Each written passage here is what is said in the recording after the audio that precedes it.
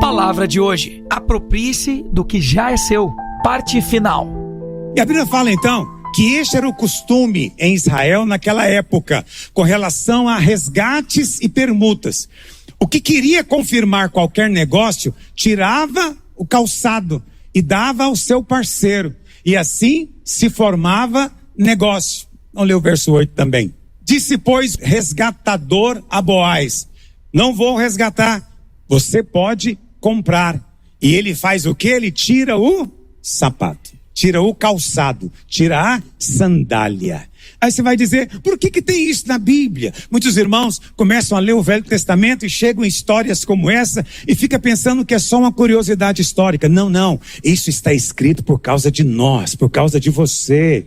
Porque lá em Lucas 15, o Senhor Jesus vai contar uma parábola. E essa parábola fala a respeito de sandália. A Bíblia fala que quando Moisés chegou diante da sarça ardente, o que Deus falou para ele? Quem se lembra? Tira as sandálias dos seus pés, porque o lugar que você está pisando é... Por que Deus falou para Moisés, tira a sandália?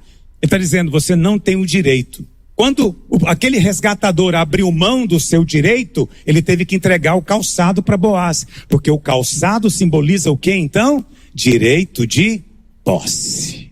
Direito de posse. Deus estava falando o que para Moisés? Tira a sandália, você não tem direito de estar aqui. Você não tem direito de estar aqui. Mas lá em Lucas capítulo 15, do verso 27, quando o filho pródigo volta para casa, o que o pai diz? Troca a roupa dele, dá uma veste nova, coloca o anel no dedo dele e põe as sandálias nos pés.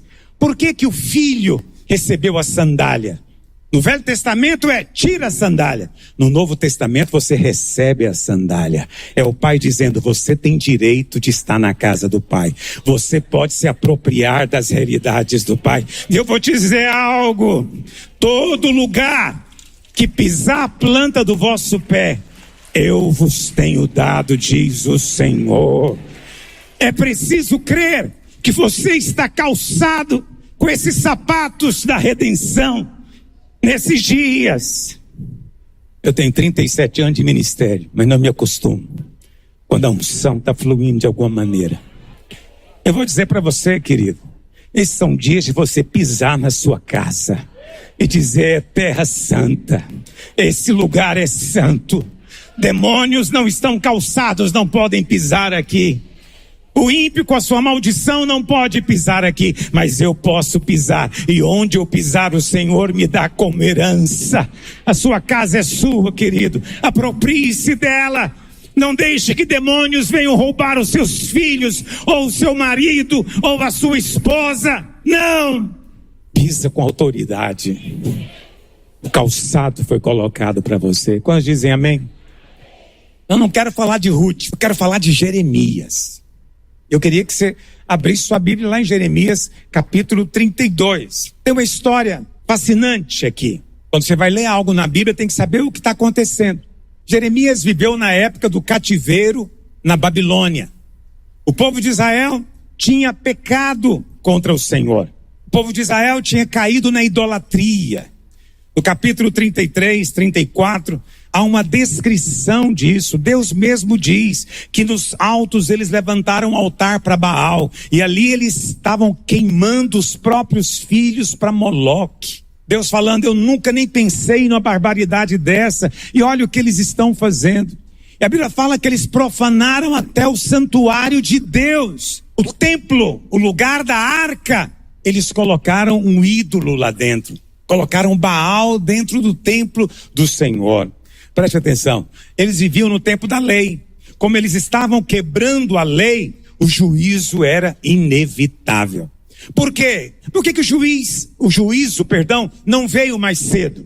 Porque todos os dias no templo estava prescrito que eles deveriam sacrificar um cordeiro às 9 da manhã e outro às 3 da tarde. Porque o Cordeiro de Deus foi levantado na cruz às 9 da manhã.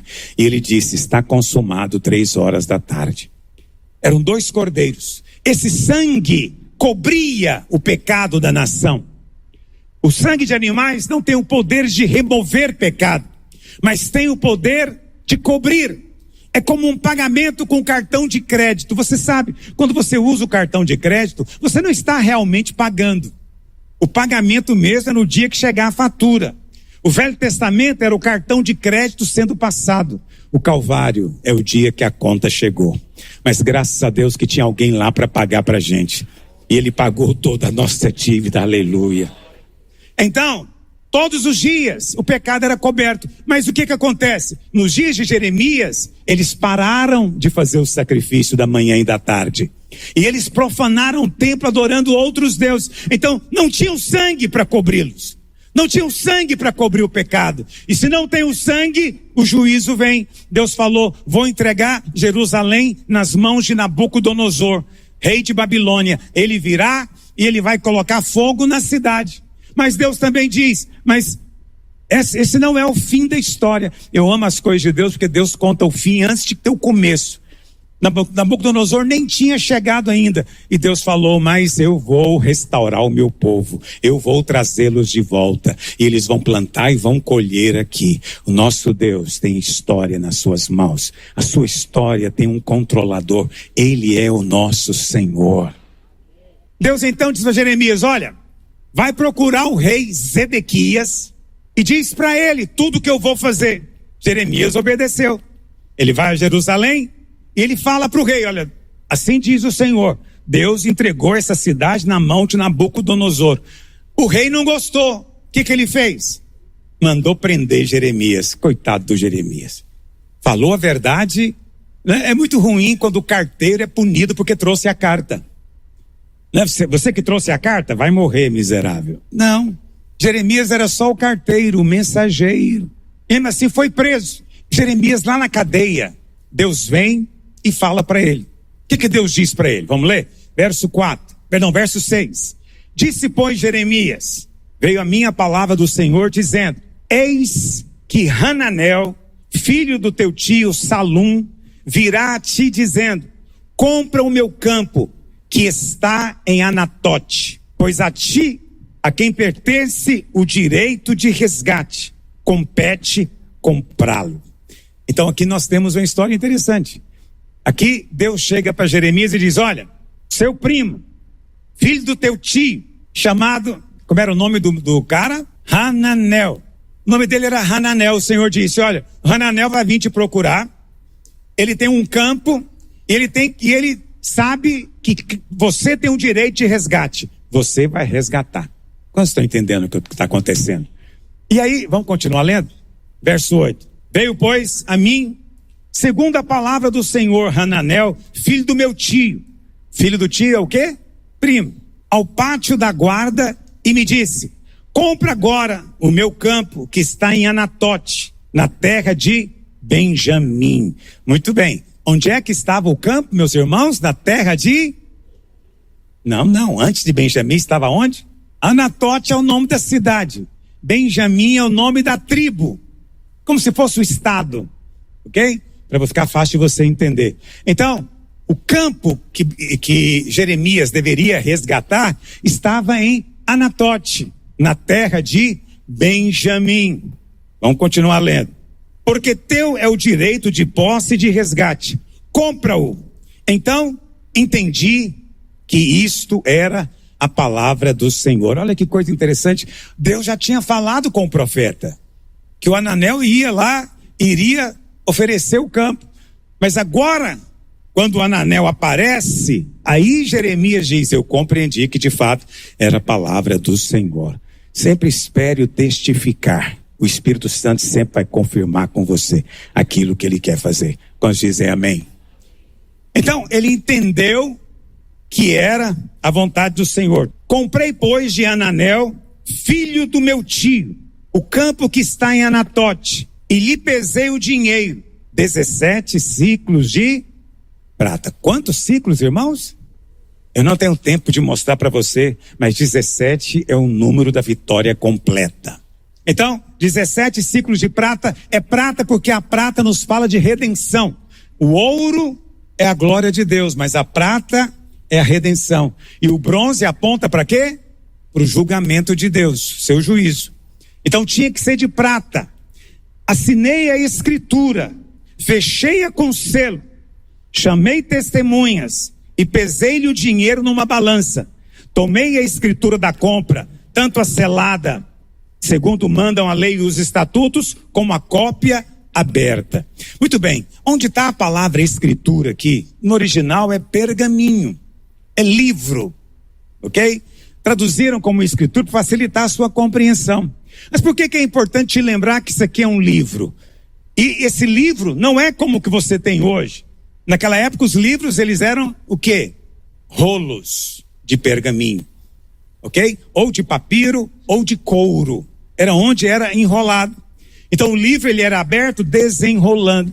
Então, naquela época funcionava assim. Eles escreviam por dentro e por fora.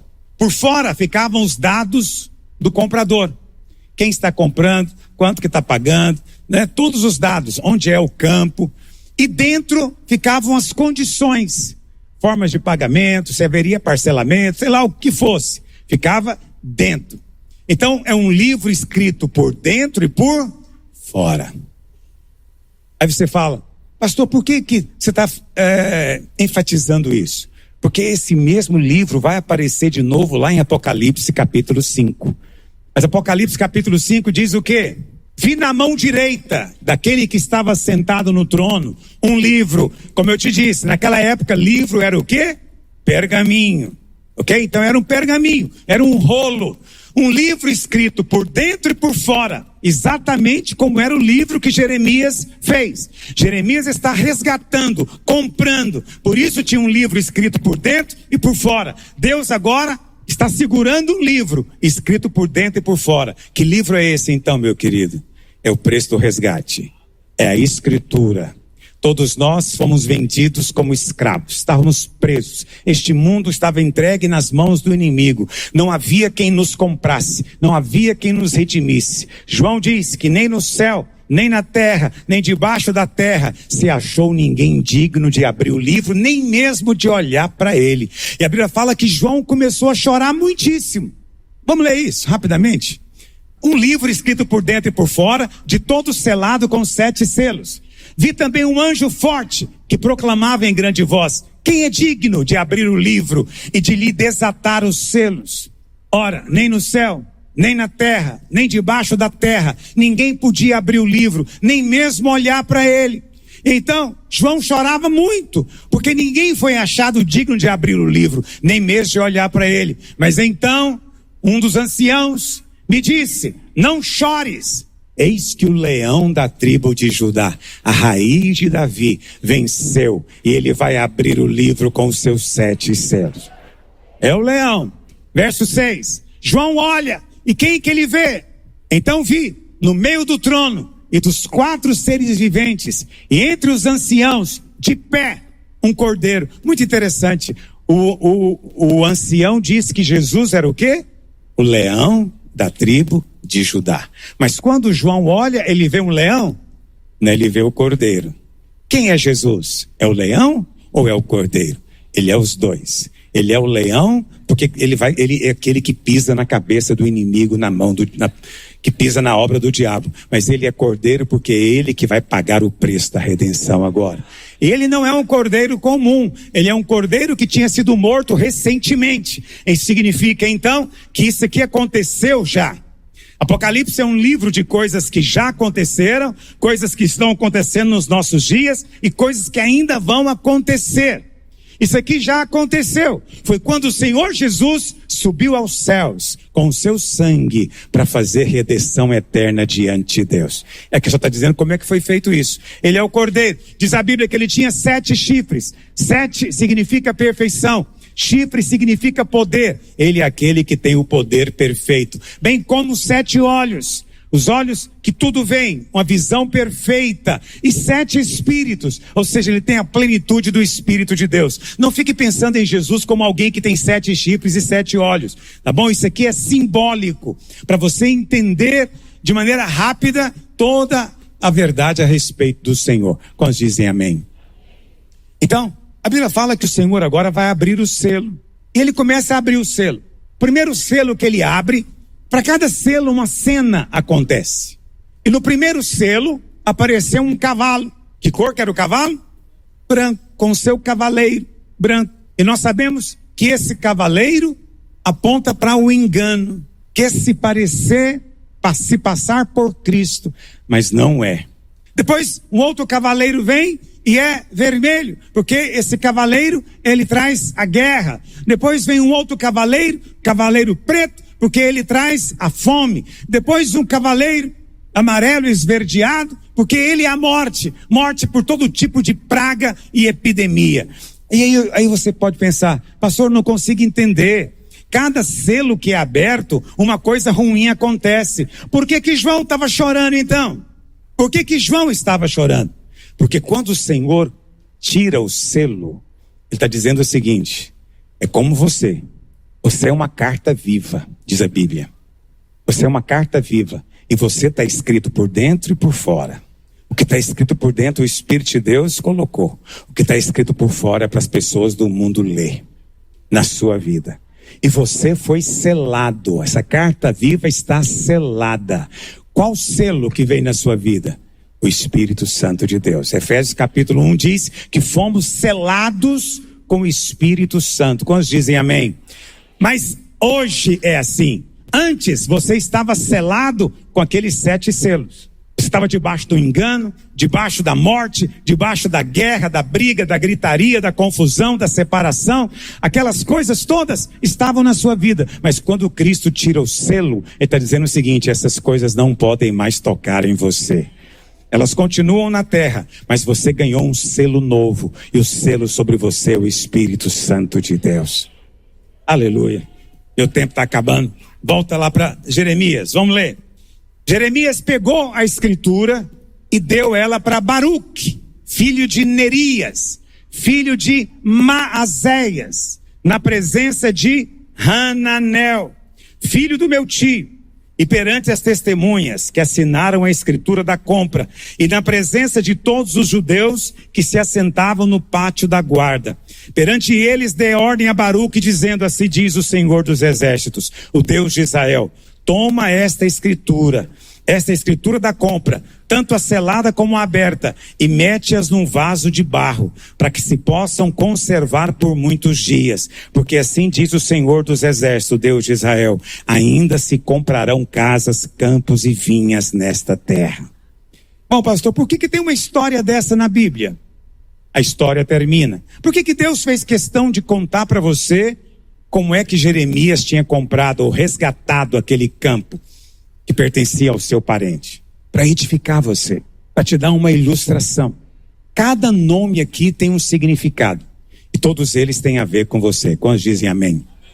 Bom, para você entender a ilustração, quem está comprando de volta, quem está redimindo, resgatando é Jeremias. Então Jeremias aponta para quem? Cristo. Nessa ilustração, Jeremias representa Cristo. Muito bem.